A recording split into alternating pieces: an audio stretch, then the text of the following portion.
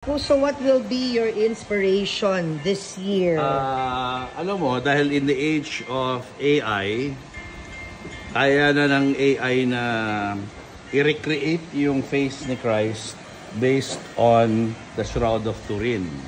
Like this image here. Yan. Ano yan?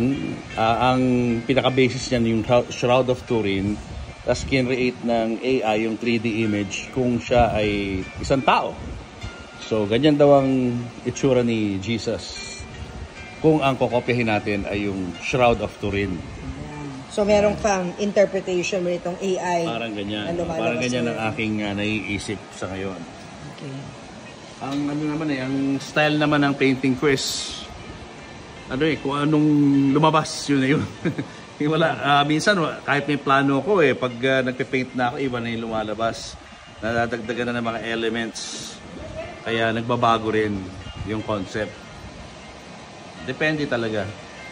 Yeah. So we'll see it later. Yan lang yung tag dyan. Pada-dry muna natin yung underpainting natin. Dadry. Uy, parang may mukha, no? Oo nga. Kita mo? Ayun o.